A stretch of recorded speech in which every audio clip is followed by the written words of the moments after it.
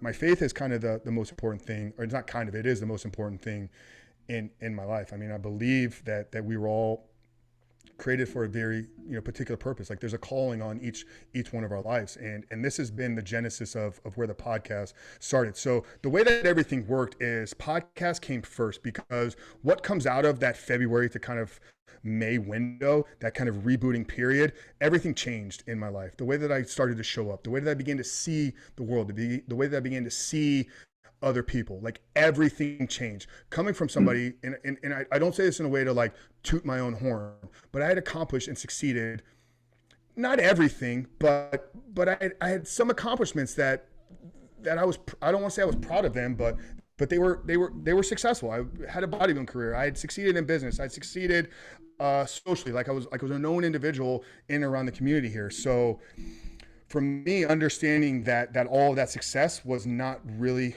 who I was or what I was supposed to be doing has shifted now to understanding that the purpose of my life is to help and support other men. Like there's a coaching component to everything that I do. So the whole podcast started because I wanted to get my story. There was a small audience back then that listened to what I say. I mean, the company wasn't successful, but we had built a little bit of an audience. And I said, okay, if somebody that had studied personal development, if somebody that had studied high performance, if somebody that had studied all these principles of success still struggled with this, then what are the other guys out there that don't have that background that I do? They're not equipped Yeah. anything to handle some of the things that I've been able to go through. So maybe there's value to me just sharing what I've gone through. So I started the podcast just to get my story out there.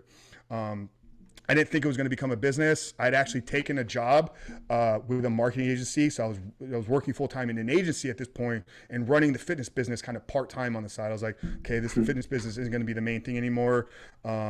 So the podcast became more of a passion than anything. There was no coaching behind it. There was no monetization model behind it. It was like, let me just have these conversations.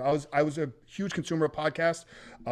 So I enjoy the type of content because I think there's something really powerful when you can just consume things while you're doing other stuff, and just being able to be in somebody's ear, for an hour is incredibly powerful. So the Yeah. podcast started just for me to get my story out there. And then over, the first 6 months, like the messaging began to change. Instead of people saying, Frank, thank you for your workout tips, they were like, thank you for your conversations. Thank you for your vulnerability. Thank you for having the conversations that most men aren't willing to have. So that was the first change that happened. Then a few months later, can you help me started to come.